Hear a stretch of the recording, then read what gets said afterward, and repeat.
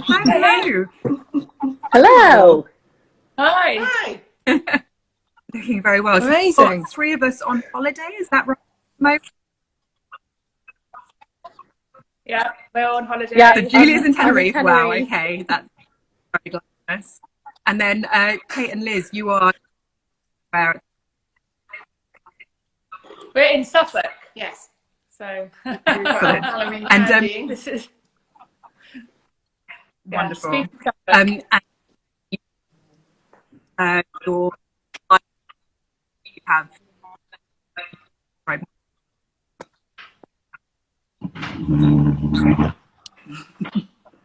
I didn't really hear any of that, Holly. Was that just me, or is that you? No, I it's think cutting out a it's little cutting out bit. a bit. Is this any better? Okay, we'll go with that. I'll just hold it. It might be a bit lovely. I was commenting on Josie's library of beautiful books. Oh yes, yeah. thank you. This is my YA library behind me. Fabulous. Oh, And I've got our little stack here. wonderful. Okay, should we do a little round of introduction of us and our books? Who would like to go?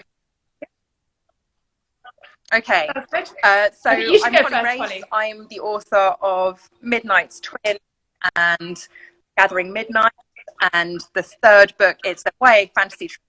The third book in the trilogy is out next June, and it's called A Midnight Dark and Golden, and it is set in a world of dreams and nightmares. So the idea is that if you fall asleep, then you go into a alternative universe, and you are killed in that universe by your nightmares, then you die in the real world as well. So anything that we dream of, any of our nightmares, actually. So yeah, that's my story. Josie, you're next on my screen. Yeah, sure. So I have 2 YA series. The first book is The Wolf in the Water, which is historic. It's sort of historical fantasy. My other series, which is the one I'm probably going to be talking about most tonight, is the Sovereign series. The first book in that one is The Gilded King, and that is set in a sort of dystopian world, which I'm thinking is about 500 years in the future, where vampires have taken over and are in control of the remnants of the human race and are keeping them in a walled city where there are monsters outside of the walls. That's fantastic. Hence the sort of Vampire Wednesday Addams look tonight, because I thought Definitely gotta lean into the vampires, eh? Do you Always. like to go next? Always. Me.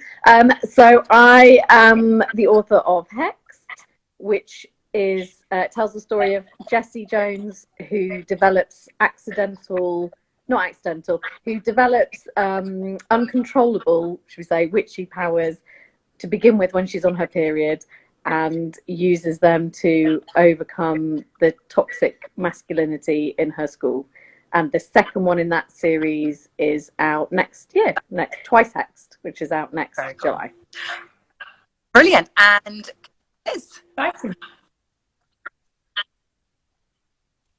So I'm Elizabeth Corr. And I'm Kate. And together we have written the Witch's Kiss trilogy. Should I do that? So there's 3 books there.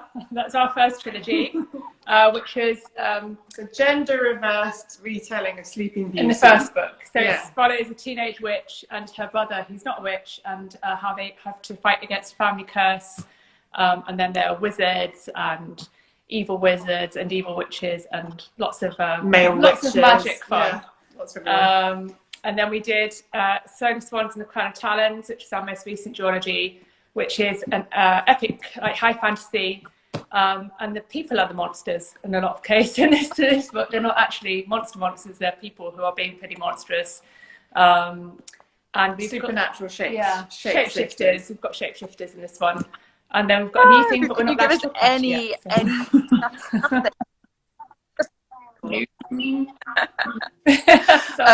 fantastic. So we are here on Halloween week-ish to talk about our books and about magic and monsters. So I thought we could talk a little bit about the magic or the monsters, and why we chose to present them in the way we did, kind of meanings, any tie with, I don't know. I always say that when I talk to, when I read Hex, I was like, Buffy, it's Buffy.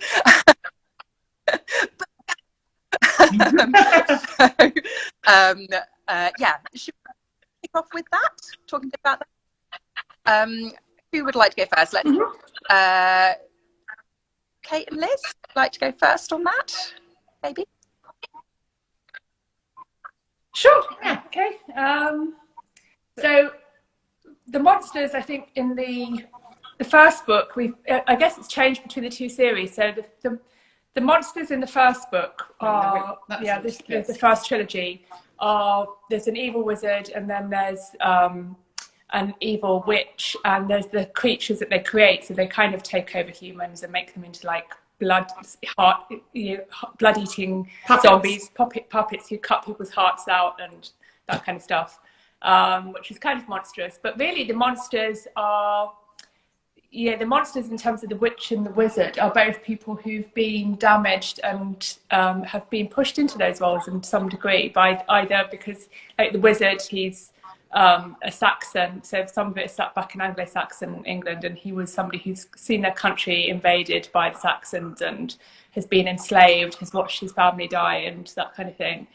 And similarly with the villain who takes over from him later in the series, he's been rejected by he's been rejected by the covens, by the witches in the coven system that he should have been part of.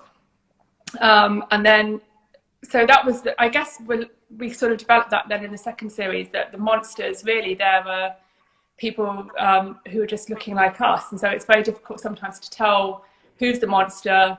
Particularly in the first book, in this one, Aderin thinks that she can trust somebody who turns out to be pretty monstrous.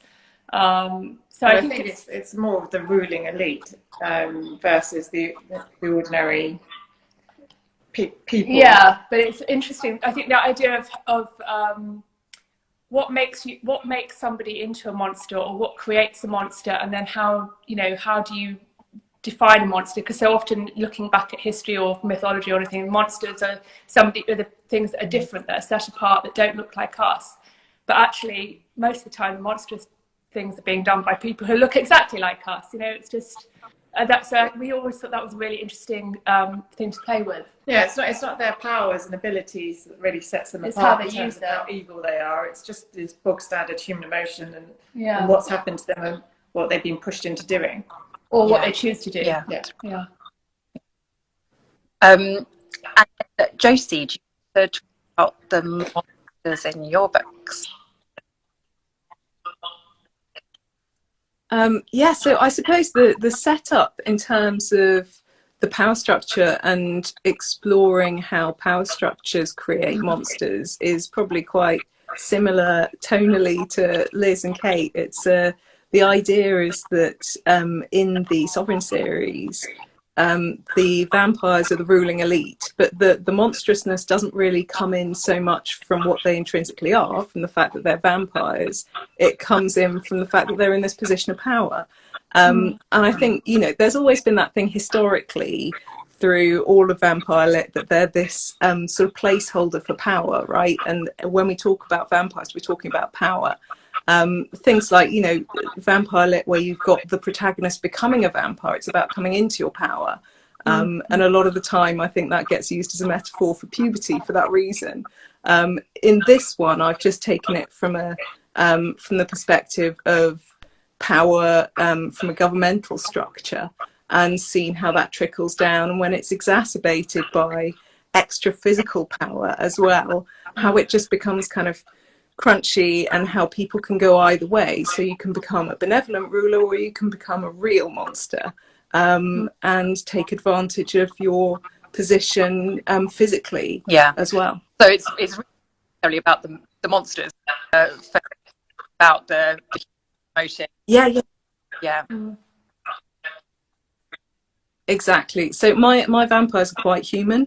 They're the sort of human kind of vampire who behave in all other respects as though they're human, but they have this sort of extra power. They're sort of more like kind of superhumans than they are like an entirely different creature. I think it sets up some interesting dynamics. Yeah, you have some pretty humans in Hexed, more about the magic.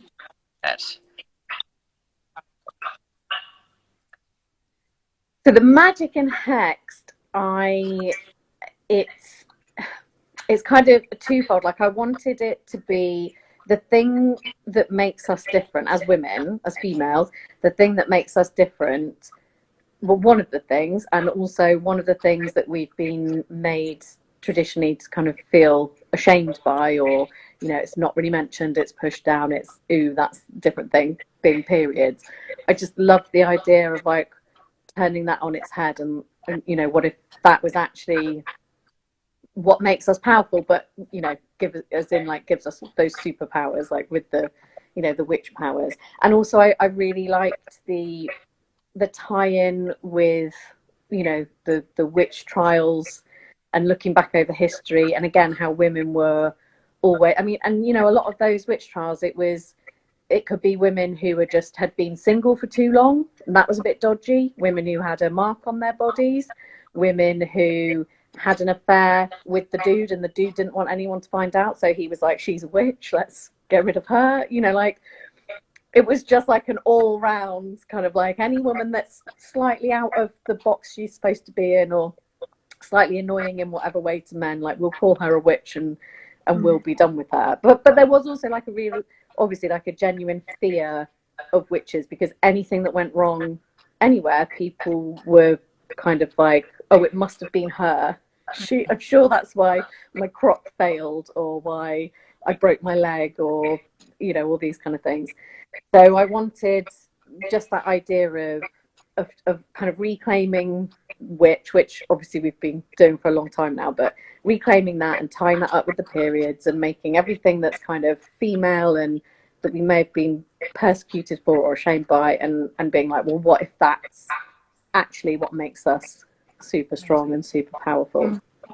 So yeah, that was kind of where I went with that one. We've all got some kind of metaphors for the real world going on, whether our stories are set in the real world or not, haven't we? I've for me, my story in the real world, and all of the monsters, well, most of the monsters in my dream world, actually the nightmares that were happening in the first book. The kind of monster, which is called a traitor, is a normal person in the real world, but they're kind of like into a kind of killing machine in the dream world, because they have the of all empathy, all love, all kind of positive things.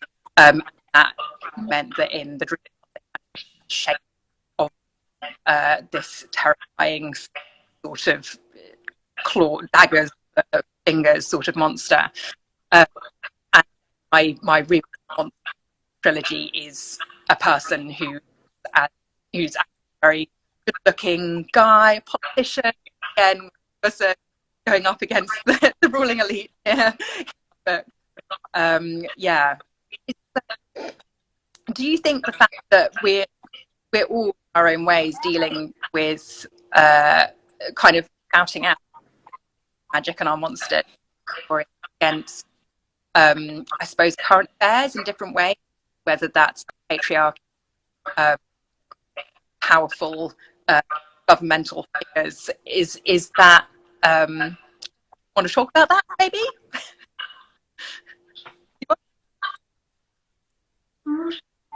Well, I'll start with that one. Just to say, you're cutting out quite a bit, Holly, but I think I got the gist of what you're asking. I think you're asking, like, in what way things are linked with current affairs, like things in books.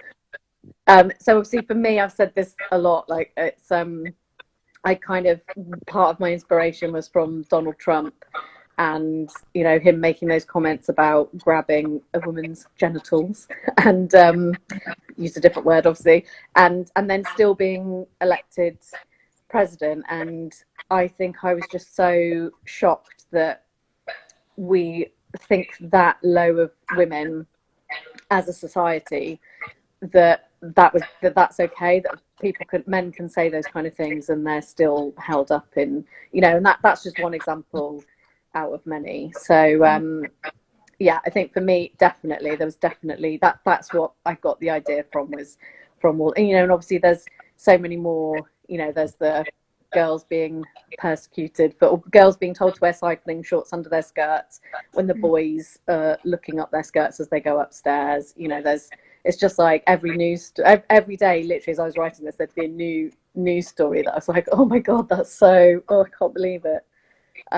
So yeah, definitely for me, there's that current affairs kind of inspiration. Yeah, and I think for us, the same, that in the Witch's Kiss trilogy, one of the things that the hero our main character gets really angry about is that witches, even in the magic system, magic society, witches are looked down on, because the wizards, who are all male, are like, they're the elite, and they don't think the witches are as good, they don't think they're as literate, they don't think their magic system's as good. So that sort of reflects, that even the magic society there reflects real society that she's also living in. And then in the duology, we both did history, and I'm definitely a bit of a Republican, to be honest, and I'm not a big fan of aristocracy and so on. I'd be on the other side in the French Revolution. So we were looking at that power structure again, that these people living in an absolute monarchy, for all intents and purposes. What power did the normal people actually have? That they're just stuck with these rulers, and whatever the country in the geology is divided up into dominions, and whoever is in charge of the dominion pretty much does what they like. So there's awful things happening. Power corrupts absolutely, isn't it? Yeah. So and still so much you see that now. It's that might be that money's replaced titles.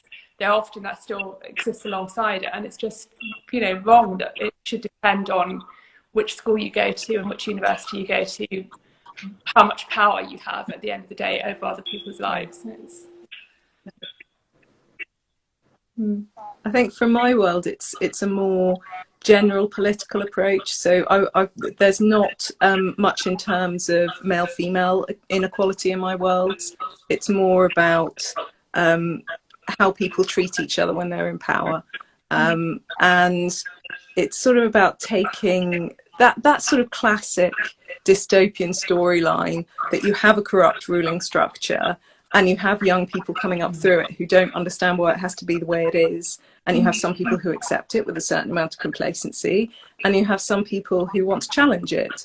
And it's the conflict between those two groups of people arguing with their peers about which way things should go, and coming through their sort of formative years and deciding that they can change things, even if the people who are the ruling structure are vampires who will literally kill them, which heightens the stakes a little bit, but it's sort of, it's the same sort of dystopian youthful idealism realised storyline that I think comes out in quite a lot of YA fantasy. And that's a wonder of... Of course, it's so relevant. No, go on, Kate. Sorry, go on, Holly. I was just going to say that there's so many countries, even now in the world, where people are challenging and are literally being killed because of it. It's not just in dystopian fiction, unfortunately, is it? And using those kind of fantastical elements, whether that is a monster or a kind of different magic system, it can be really helpful, can't it, to explore those kind of current affairs in a more escapist way, I suppose, in a way that feels safer somehow, maybe, than going at it head on. I don't know, for me. You definitely do that in your books, don't you? Yeah, I mean, there was a lot of anger, especially in the second book, which I think probably came out. I was writing it during lockdown and during BLM protests, and just being seething with anger, going, "It's so wrong! Put it all down on the paper." Yeah. Should we move on to, I think I'd sort of said to you all when we were talking about this panel, I'd love to talk about the scariest moments in your books, as long as you don't mind giving little spoilers, maybe. Who would like to go first? Josie? Yeah, so it's difficult because I tend to spread out the scary moments throughout the trilogy. I try not to be too scary in one place, but they are quite, so spoiler, it turns out that beyond the walls of the city, there are people who have, it's basically the thing that created the dystopian society in the first place, and the fact that there's only one city left in the world, there was a zombie apocalypse. And the vampires have cured the zombie apocalypse, they think, but they can't drink from people, from humans who have been cured. So they have got a load of unvaccinated people, essentially, in their city, and they're the only people they can drink from. And they've said, you can't leave the city because you'll die. And actually, the truth is that if the people leave the city, they'll pick up the vaccine, and then the vampires won't be able to feed from them. So it's a sort of really twisty, unpleasant power structure. So there is a bit at the sort of climax of the first book when this all comes out, because the zombie virus gets into the enclosed city where no one is vaccinated, and suddenly everyone is zombies. So that's quite scary. And then later in the series, I throw in some rather unpleasant other monsters that are sort of twisted versions of vampires, and particularly horrible massacres of zombies. So there are some slightly gory bits, and there are some quite tense, scary bits where they're trying to get around. My God, talk about current affairs. Yeah. Completely unintentionally. I should say that this book series was finished in 2018, so you know. It's like you had a vision of the future. I know, totally psychic. Incredible. Kate and Liz, would you like to go next? Well, Kate's always obsessing me and making me cry by various things that she writes. And I'm like, you better take it out. She's like, no, we're keeping it. And I think in The Witch's Kiss, there's a very horrible scene, which I did actually cry when I read it, where she, well, a few spoilers here, but Jack, who's the Anglo-Saxon prince, comes under the power of this evil wizard Gwydion, and there's a horrible scene in it where he's basically, Jack is forced to eat the heart of his girlfriend. He's not actually his girlfriend at that point. He wannabe, he's like splitting hairs here, I feel, wannabe girlfriend, and his love interest, intended love interest, and she basically, the key element is that he's forced to eat her heart, and I didn't see it coming, and I was a bit shocked, and it really did freaked me out completely. And I was like, we can't have that, it's too horrible. And Katharine was like, because Katharine's always like watching dark things. So I think we were talking about this earlier, though. I guess there's a difference between what might be scariest. There's the scary bits for you as a reader, and then there's the scary bits for the character as well. You know, like the bit at the end of our first of Throne of Swans, I think the scariest bit for the character there is she hasn't been, this is a spoiler, she hasn't been able to transform into a swan the entire book. And the only way she's going to survive is if she throws herself off this enormously tall tower and somehow manages to transform before she hits the ground. So for her, that is the terrifying point, I think, in the book. I don't know, I quite like, I can't read, I don't really like reading scary things, but I quite like writing them. So. But she had a pen friend when she was about 10 or 11, and all they did was write to each other about stories like witches being murdered, like witch trials. Yeah, so any torture, like there's a torture scene where somebody gets his arms ripped off and then he dies horribly, and that's like out of history somewhere.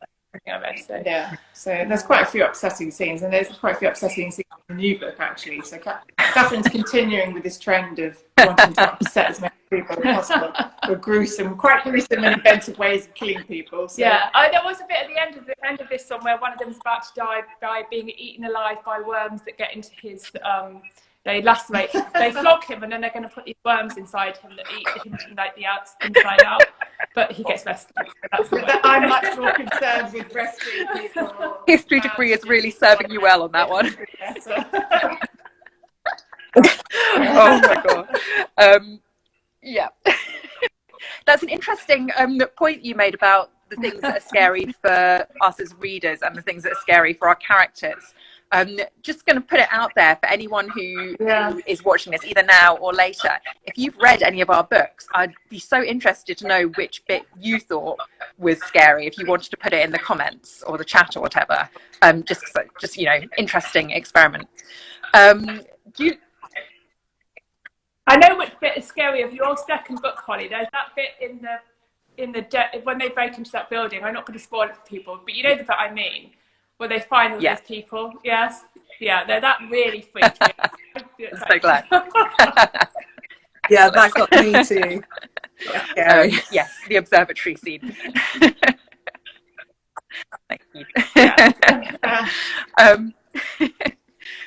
Julia, did you want to talk about scary moments in Hex? Yeah, I mean, I feel like a little bit of a fraud at this point because I wouldn't necessarily say my book is that scary. But there are two bits. I think the bit that's scariest if you were reading it as a girl, and the bit that's, like you say, like scariest for the character, for Jessie, it's got to be when Callum kisses her against her will, and there's that moment where she's like, she just sees it in his eyes and is like, oh god. So I'd probably say that. But on a more light-hearted note, I think for the boys, it's probably a scary moment when she makes a boy's nose grow when he lies, because like, what would they do if every time they lied their nose would grow? So imagine if people are reading that, they'd be like, oh god, I couldn't cope with that. But yeah, I don't think there's massively, in book 2 there's more scary moments, but I think book 1 the scares are more, trying to think, I don't think there's anything. I think it's those 2 moments, you know, like Jessie's moment, and then I really felt Jessie's moment where Callum kisses her, because I think I'm just going out on a limb here and say that I think a lot of us have maybe been in situations like that, and that's what obviously makes that book so relatable. And so the kind of visceral, like, oh god. Yeah. And I think it's that moment, isn't it, where you'll be talking to someone in a bar and they'll start talking to you and you'll be friendly and you'll be, you know, and then quite often there's like a turning point sometimes where you're like, oh okay, shit, I need to, this isn't just, okay, I need to, and then you're like, where are my friends, or how am I getting out of here, or what, you know. But I think there is quite often a turning moment, a point where you're like, oh, okay, I can see where this is going or not, and I need to get out of this somehow. Yeah. And I think that's that moment with Jessie is where she sees it in his eyes and is like, oh, okay. It's interesting. I wonder if we could talk a little bit about how we to write those moments, whether that is a kind of very personal, relatable moment of I'm in a situation with another human that I'm really uncomfortable with, or vampires, zombies everywhere. I know that for me, you guys very kindly mentioned the kind of observatory scene in A Gathering Midnight, and then my kind of scary moment in Midnight's Twins that I was going to mention is another kind of into the inner cave moment where Fern, my main character, goes into the kind of lair of the kind of main villain to try and it's like a rescue mission basically, and it's a kind of lair in South London where the main villain can kind of change the walls, and it's kind of like a maze, and the wood that makes up the walls can kind of come out and like try and eat you alive basically. So that, for me, I quite enjoyed writing that, because I feel like I could signal very clearly that she's going into this dangerous thing, and from then on in, like, the reader is primed to expect horror. I don't know whether you have similar kind of methods of getting into those moments as writers at all. Can I just say as an aside, I find it really hard to write tense scenes because, I mean, there's only so many ways you can say her palms were sweaty. You know, you start there going, oh God, how else can I show that she's scared? I'm not going to tell, I'm going to show. How can I show that she's scared? Or how can I show that? I'm like, I just holding a breath, I didn't know I was holding. So if anyone's got any pointers, please send them my way, I'd appreciate them. I hear you. I like to listen to scary music. Well, not scary music, dramatic. I have a dramatic playlist, so I like to listen to stuff from Two Steps from Hell.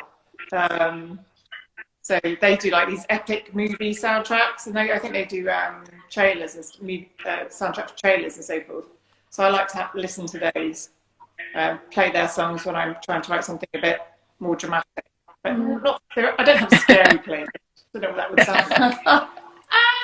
Yeah. I think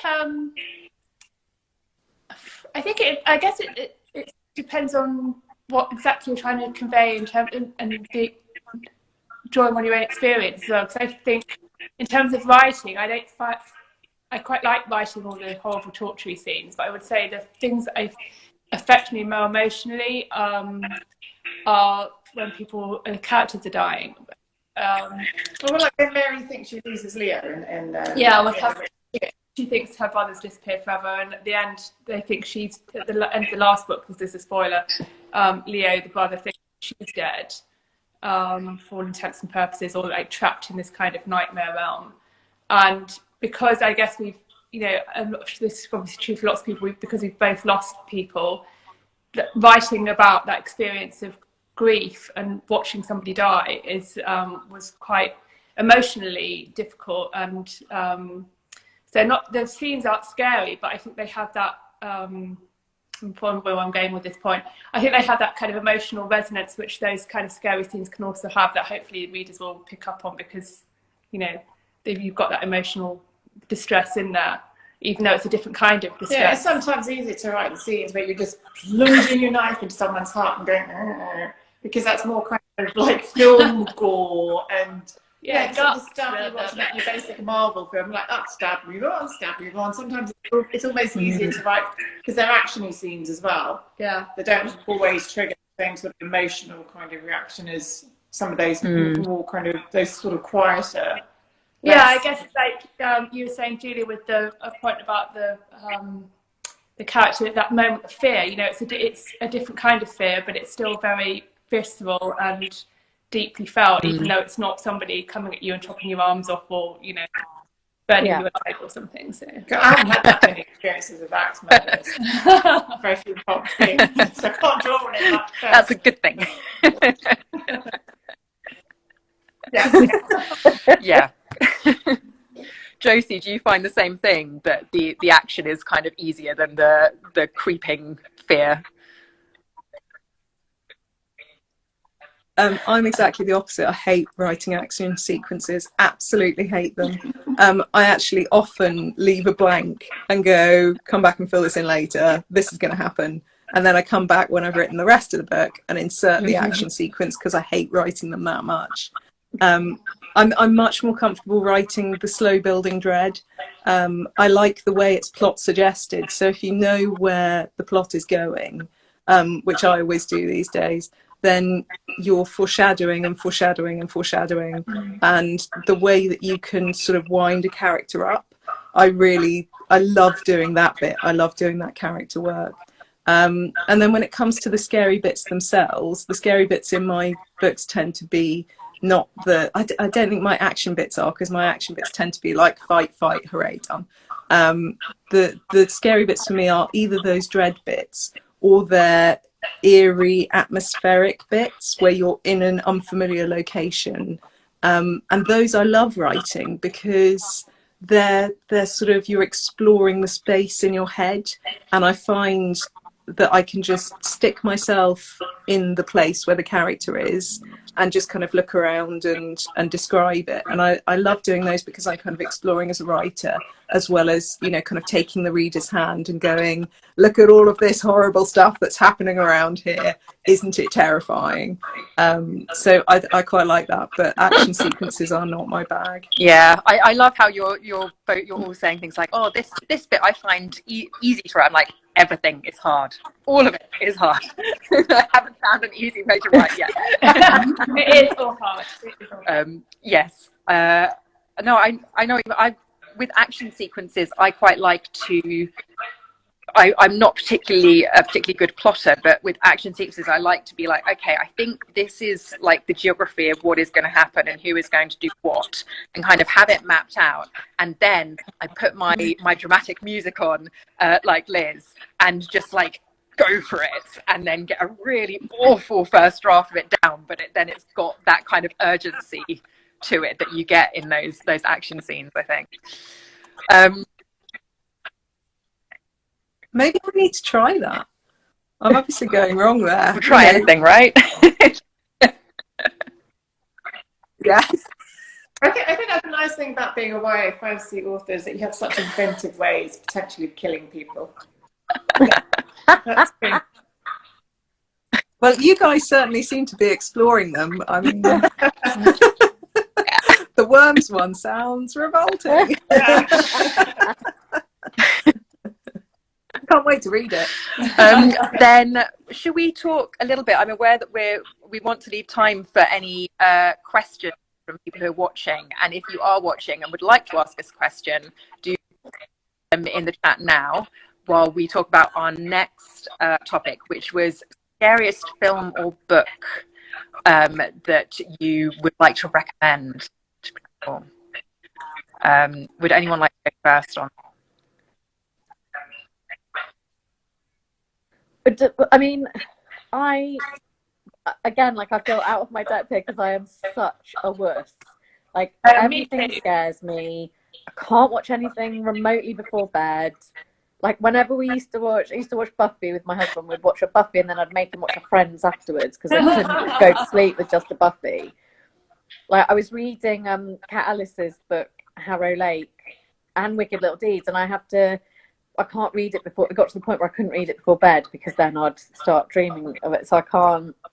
And my husband is really into horror films, and he wants. When I was slightly more adventurous with films, I watched The Ring, but like the Japanese one. Oh God!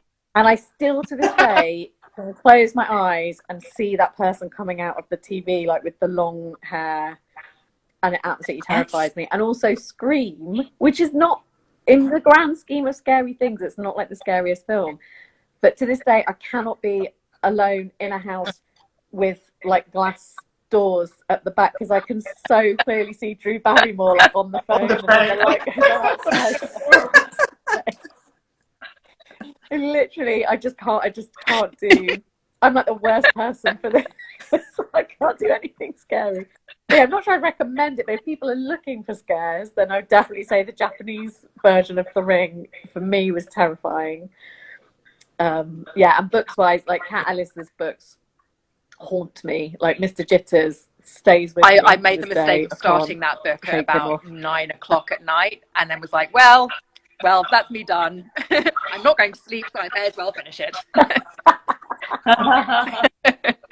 Yeah, I did the same. Who would like to go next? Josie? So I think my favourite scary film is and has been for about 15 years now, The Descent. I don't know if you've heard about it. It's a group of women who go cave diving together. So they're going spelunking, which is one of the most underused words in the English language, and one I personally adore. So they go spelunking together, and they get separated, and there is something in the dark with them, and it's amazing. And if you want to read the YA book version of it, approximately, then Melinda Salisbury's Hold Back the Tide is the one that you need to read, because it's got a it's got a slightly similar theme at a particular point in the book, and they are both things I absolutely love, and I will never ever go caving. I read something, maybe it was from your Twitter account, Josie, I don't know, I saw something on Twitter about cave diving and how dangerous it is, and went down a total Google rabbit hole, and never ever going into a cave again. I mean, it's just terrifying. I just, you know, the way that noise reverberates in a cave, the way that sounds carry, and the slightest little thing can get blown out of proportion, and you just don't know because it's all dark. No, it's not for me. Can you just say that word again? Was it spelunking? Spelunking. But also the way that they get narrow, the caves narrow, and you go down. And if you're one of those, and then you're like, who are like, oh, I can see it widens there. If I just like, I read something about someone who got to one point and was like, oh, I think it widens out there, so I'll just breathe in, I'll expel all of my air in order to get through this bit, and expelled all of his air and got even more stuck and then could not get out.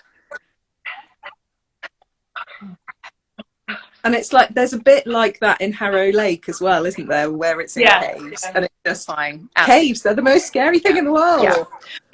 Sorry, went off on a tangent there into the most terrifying.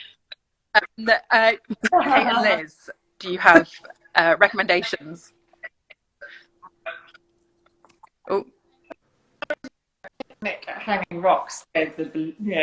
Well, it was just so. Oh, sorry, guys. Very, could you repeat that? I don't know if it was for anyone else, but you broke up slightly for me there. I couldn't quite hear you. A picnic at Hanging Rock.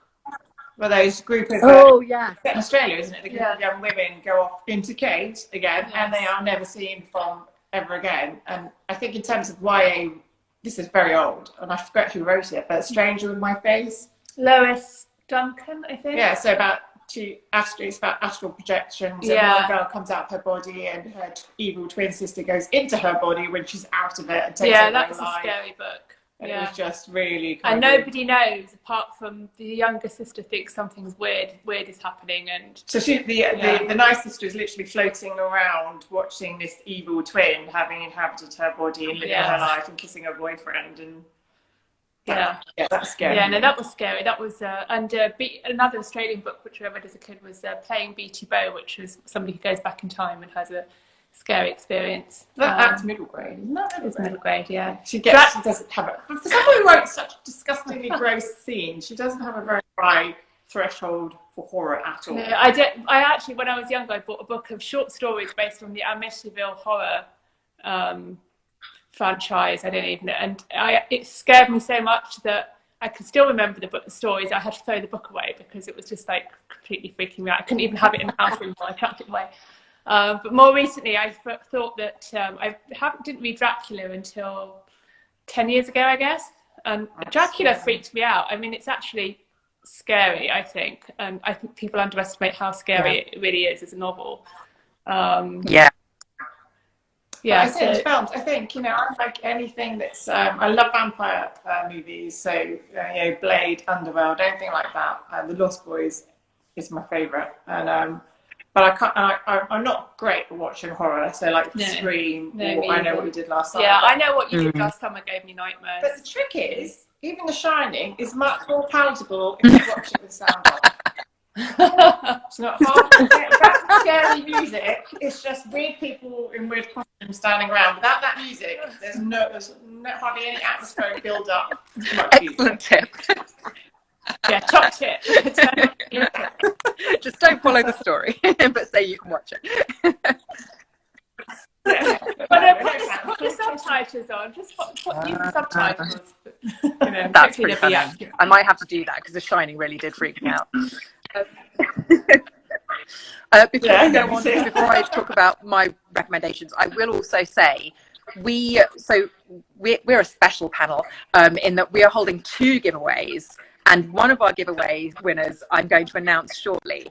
But the other giveaway winner is going to be someone who asks us a question on this panel. just saying. So I can see that we've got a question from Gaz, but if anyone else wants to ask a question, it will mean that you are in with a chance of winning all six of our books. That's a huge pile of books there that you could win, and it's going to be packaged up in like tissue paper and stuff as well. Josie's got it sorted. So just putting that out there, you've got about 10 minutes or so to get your questions in. So pop them in the chat. Yes, ask me the question. Yeah, I have a bit of a weird relationship with horror films in that when I was quite young, I did end up watching things like Aliens and Predator. So it freaked me out. But horror movies are kind of like comfort films to me, in that they really, really scare me, but also I will just watch them again and again and again, just because, yeah, it's like my childhood. But I think the one that really freaked me out was The Orphanage by Guillermo del Toro. I don't know if you've seen it. I know Josie's nodding. Yeah, so terrifying. Absolutely, absolutely incredible, and strangely melancholy at the end. Yeah, really beautiful. So that would be my recommendation. And then I was also going to say Harrow Lake and Good Girls Die First by Katharine Foxfield. Also, caves involved. There's a running theme. Yeah. That's right, there's a correlation Clearly. between the caves. Yeah. Do you, Holly, do you not like before I get them on. I feel like there's a, I don't know, this is a theory, it may be complete rubbish, but like, you know, that whole jump scare thing, like if you like that thrill of being scared and then knowing that you're okay, which is essentially what a kind of horror film does, doesn't it? Is that it scares you and your adrenaline jumps, but then ultimately you know that you're safe. And roller coasters are the same kind of thing, isn't it? It's like, and I hate roller coasters. I'm terrified of roller coasters. I don't like them. Terrified of scary things. Like I don't want to be. I don't want to have. I've got no need for my body to be that scared and then go, oh, okay, you're alive. Well done. Yeah. But yeah, I was just thinking there's like a correlation there maybe to people who like horror films. Like, do you all like roller coasters as well? Yeah. Good question. My daughter does. She loves roller coasters. She loves YA horror. Yeah. Loves I love roller coasters. I don't like too scary horror though. If it's like terrifying for no reason and you feel like the payoff is a long way away and you're just going to be scared for 2 hours solid, that's not for me. But every single kind of roller coaster I'm there. Really? Love them. Absolutely love them. Even the ones where like that you basically just go like straight That's down. not a roller coaster. Okay, but the ones that you go really, really high and then go straight down. Yeah. I like that. The only roller coasters I don't like are the ones where you just go up in a thing and then they just drop it, because that's just that just makes your body think you're going to die immediately. So maybe there is correlation there, and I've just got a threshold for each. I really like the idea of roller coasters. When I'm in the queue waiting to get on the roller coaster, I'm like, why am I doing this? This is a stupid idea. I do not want to do this. And then afterwards, I'm like, again, like a small child.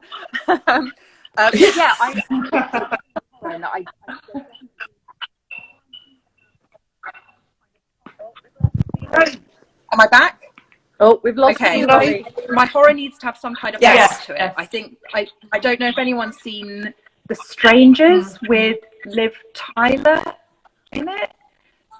That I watched that when I was doing like masters in film type stuff, and it's just like, it's very good, but it's just horrible, and it's just violence for violence's sake, and there is no kind of happy payoff or redemption, and that was too much for me. I can see someone on here is saying that it was really good and creepy. It's like, yes, it was good and creepy, but no, not for me.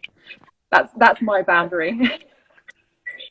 Oh, I've thought of something else that I did enjoy. It was a film with I'm terrible at the name, so I'll tell you the plot, and then somebody will hopefully will remember what film I'm talking about. It's set about in a boarding school back in like the 1920s, I guess. And this the boarding school, I think it's haunted. And it turns out that what's the woman's name? Oh, I'm never going to remember. And there's a hot guy in it. It's very descriptive. Does anybody know what I'm talking about? It was a boarding school, and she keeps seeing these ghosts, and there's this cut child with this horrible disfigured face. It turns out she lived there as a kid, and then there was a housekeeper's son who was shot by her dad, and her dad then killed himself and his wife, and then she was taken away, and she comes back, and the child is haunting the house, and she has to like set the. Got no idea what you're talking about. No, I'll have to look it up and tell you. Was it really good. Yeah, Yeah. it was quite. It was a couple of years ago. Rachel, somebody was the The Rachel. Haunting of Hill House. I didn't see that, but that was a series, wasn't it? The Haunting of. It wasn't the Haunting of Hill House. Rachel somebody. That's so Rachel. That's so unhelpful. All of that was unhelpful. Sorry, ignore me. It was a really good film. We'll work it out. That'll be our mission. We'll work it out. Someone will know. There were people in it. There's a hot guy. Right, let's Oh, we've lost Hey, can you hear me now? Holly. Okay. I mean, there's no rhyme or reason Yes, to yeah. how I'm holding my phone. I'm really sorry about this, everyone. So we've got a question from Gaz saying, can you tell us anything about your next books?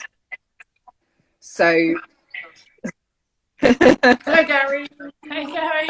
so We'd love to. So it's another obviously way. She's already said too much. I can say why, presumably fantasy. That's enough, though. It's science fiction, Karen. It's a rom-com. I know I'm not saying anything at all. Karen will not say anything, but we'd love to tell you. can you tell us when you Love might to. be able to tell us?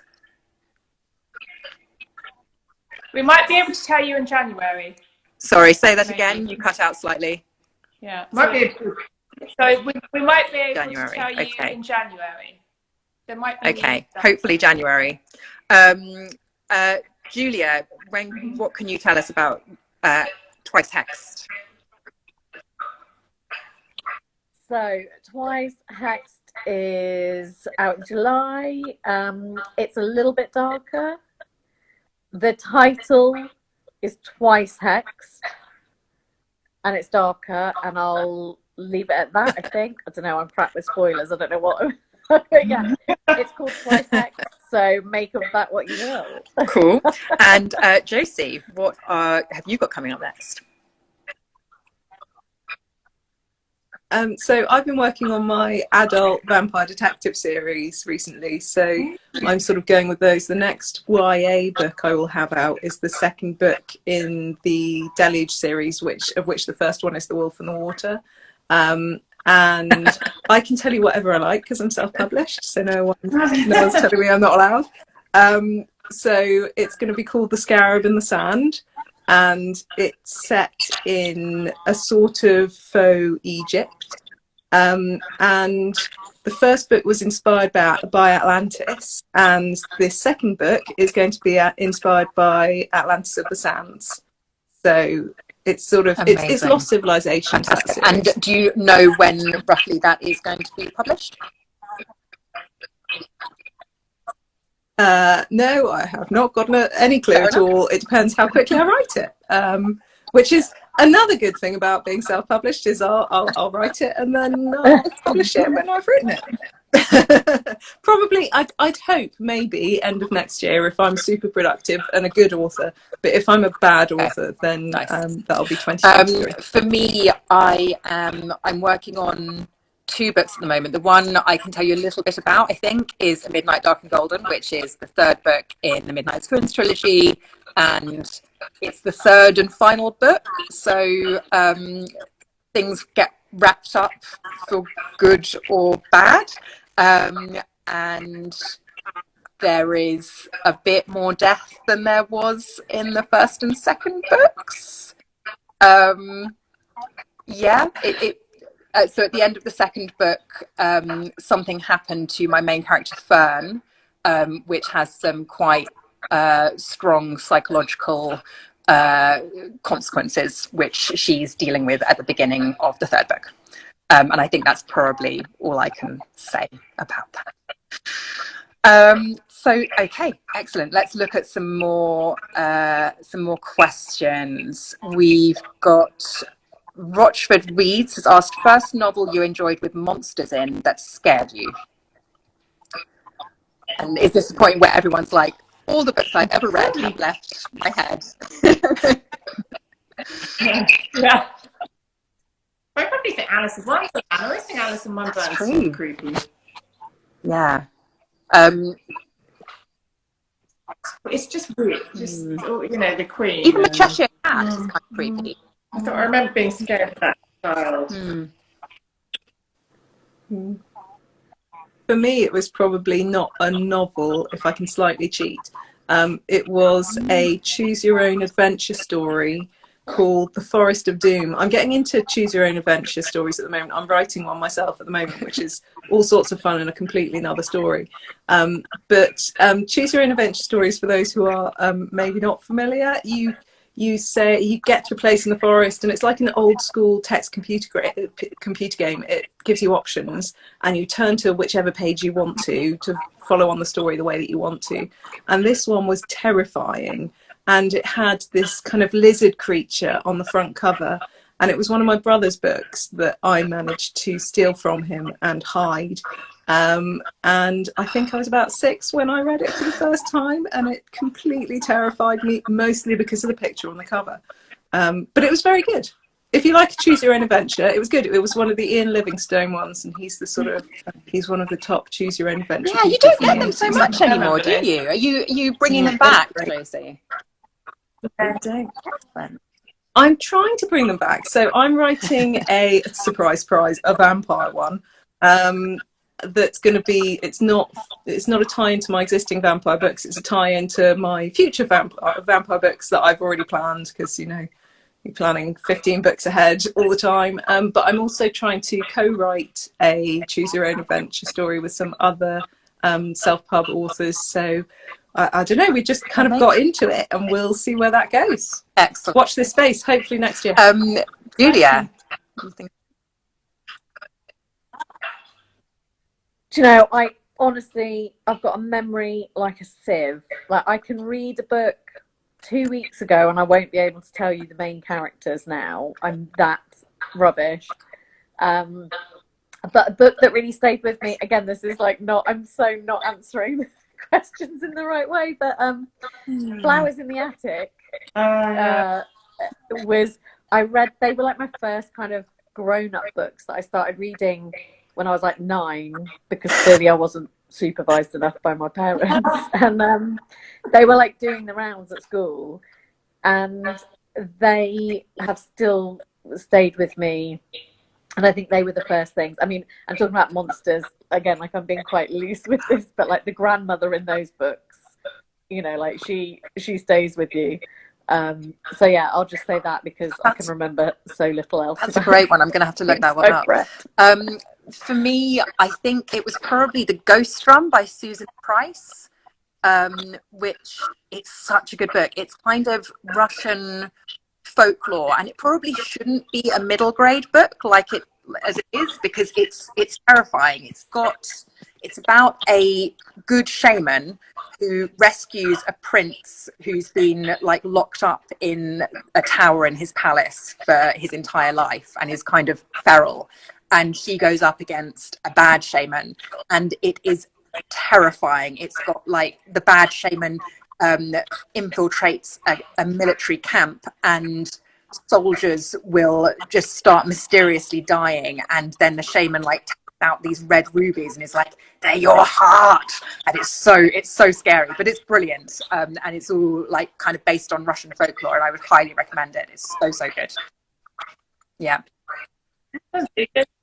The first thing I remember was actually Greek mythology. When I read a book as a kid, I think it was based on metamorphosis, and the stories in that were actually pretty scary. You know, even people who were meant to be being saved, you know, being saved by being turned into a tree, and the idea of somebody, and you read a description of the bark growing up. I guess it's Daphne growing up her legs, and you know, and it's just really scary. I think as a child, to suddenly think that you're stuck inside this tree and you're somehow still alive and aware, and So that freaked me out. I guess, you know, she wasn't a monster, but there were lots of monsters in the stories, and that sounds amazing. Stayed with me. We are out of time.